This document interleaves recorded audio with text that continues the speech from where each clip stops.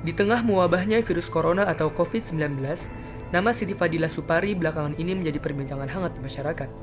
Wanita kelahiran Solo, 6 November 1950, viral di media sosial usai kemunculannya dalam sebuah video wawancara yang tayang di kanal YouTube Deddy Corbuzier pada Kamis 21 Mei 2020.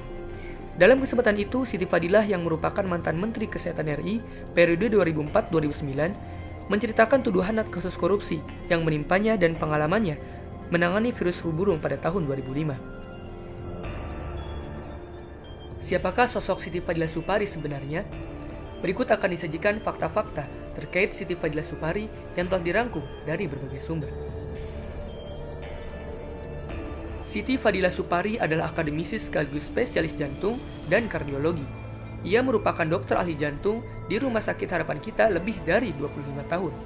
Selain itu, ia dipercaya menjabat sebagai Kepala Unit Penelitian Yayasan Jantung Indonesia dan Kepala Pusat Penelitian Rumah Sakit Jantung Harapan Kita.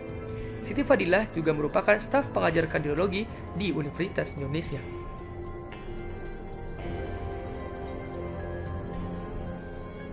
Siti Fadilah menempuh pendidikan S1 di Fakultas Kedokteran Universitas Gadjah Mada tahun 1972. Ia meraih gelar S2-nya tahun 1987 dan S3 tahun 1996 di Universitas Indonesia dengan fokus studi spesialis jantung dan pembuluh darah.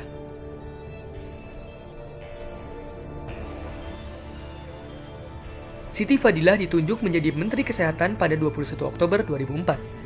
Dia ditunjuk oleh Presiden kala itu Susilo Bambang Yudhoyono untuk menggantikan Ahmad Suyudi.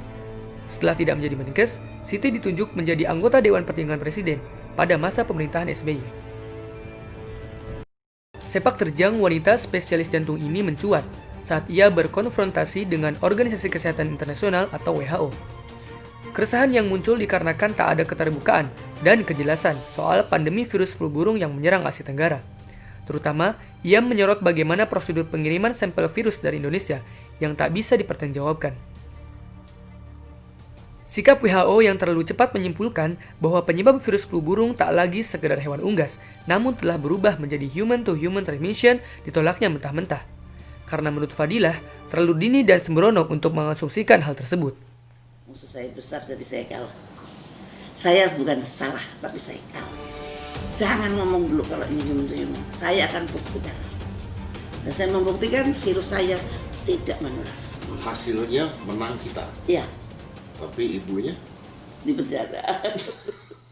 Siti Fadilah mencium adanya permainan bisnis kesehatan, di mana vaksin dibuat oleh negara-negara maju dan negara yang menderita pandemi justru diharuskan membeli produk hasil korporasi mereka. Akibat perlawanan seorang Siti Fadilah Supari, memaksa WHO akhirnya merevisi aturan virus sharing di dunia, sehingga lebih transparan dan menghargai hak-hak kedaulatan Indonesia, juga negara lain yang terlibat. Ia berhasil membatalkan penetapan pandemi flu burung oleh Organisasi Kesehatan Dunia atau WHO. Setelah peranannya dalam menangani virus flu burung, Siti Fadilah mengeluarkan buku yang cukup kontroversial pada 6 Januari 2008 silam. Buku itu bertajuk Saatnya Dunia Berubah, Tangan Tuhan di Balik Virus Flu Burung. Dalam buku tersebut dituliskan konspirasi barat tentang virus flu burung. Buku tersebut membuat Organisasi Kesehatan Dunia atau WHO geram dan akhirnya mengakibatkan edisi bahasa Inggris dari buku tersebut ditarik dari pasaran.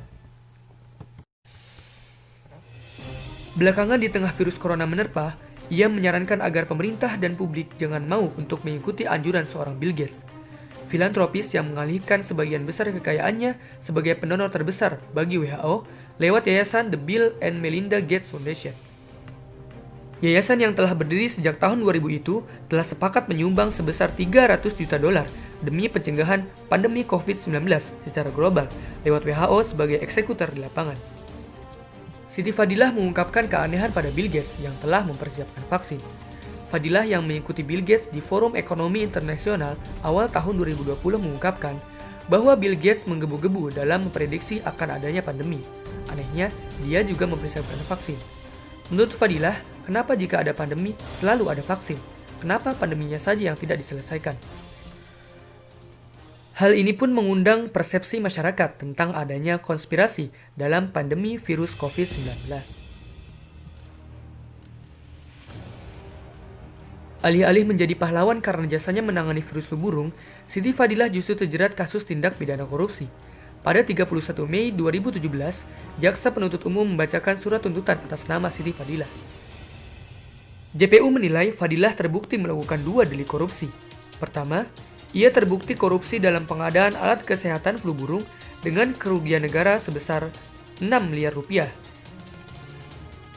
Kedua, ia terbukti menerima suap dengan total 1,9 miliar dalam bentuk mandiri travel check dari Rustam Syarifuddin Pakaya dan Sri Rahayu Wayuningsih. Fadilah divonis 4 tahun penjara oleh Hakim Majelis Pengadilan Tindak Pidana Korupsi dan denda sebanyak 200 juta rupiah.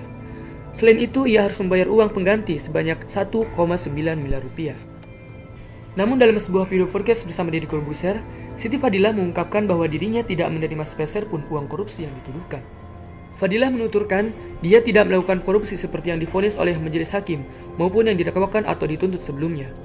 Fadilah menyebutkan ada mantan bawahannya yang merupakan Aselon 2 di Departemen Kesehatan telah mengembalikan uang kerugian negara sebanyak 6 miliar rupiah tapi tidak dihukum. Ia berkata bahwa dirinya kalah, bukan bersalah. Musuh saya besar jadi saya kalah. Saya bukan salah tapi saya kalah. Ada juga pihak yang berasumsi jika penuturan Fadilah yang mengatakan bahwa dirinya tidak bersalah dan tidak terlibat dalam kasus korupsi tidak bisa ditelan mentah-mentah. Jika melihat dari fakta, data-data persidangan, dan juga jejak digital yang menyatakan bahwa fakta-fakta persidangan tersebut berasal dari keterangan para saksi, ratusan barang bukti, keterangan ahli, hingga keterangan Fadilah sebagai terdakwa. Hal ini pun membuat klaim Siti Fadilah tidak terlibat dalam kasus tersebut tidaklah kuat. Dalam podcastnya pun, Deddy mengatakan seluruh isi video tersebut tidak mengandung unsur hoax dan tidak mengandung unsur provokatif. Apakah Fadilah adalah seorang koruptor atau tidak? Menurutnya, yang diambil adalah ilmunya. Deddy berujar, bukan urusan dia apakah Fadilah seorang koruptor atau tidak. Di luar Siti Fadilah seorang koruptor ataupun tidak, masyarakat Indonesia mengapresiasi perjuangan Fadilah melawan WHO dalam kasus virus flu burung. Hingga saat ini, Fadilah masih berada di rumah tahanan. Sementara itu, masa pidananya akan selesai pada Oktober 2020. Belum lama ini muncul sebuah petisi terkait mantan Menteri Kesehatan RI, Siti Fadilah Supari. Petisi tersebut berjudul Bebaskan Siti Fadilah Supari, Berjuang Bersama Melawan Wabah Corona. Pada Kamis 16 April 2020, petisi tersebut sudah mendapatkan tanda tangan dari warganet sebanyak 42.000 lebih dan tengah menuju angka 50.000. Namun anehnya pada Sabtu 18 April 2020, tanda tangan di petisi tersebut tiba-tiba turun drastis menjadi 15 ribuan saja. Hingga saat ini, penurunan jumlah petisi Bebaskan Siti Fadilah masih belum diketahui penyebabnya. Itulah fakta-fakta mengenai Siti Fadilah Supari, mantan Menteri Kesehatan RI. Perjuangannya melawan WHO, serta kasus korupsi yang menimpanya, membuat ia menjadi sosok yang penuh kontroversi dan juga mendapat sorotan publik akhir-akhir ini.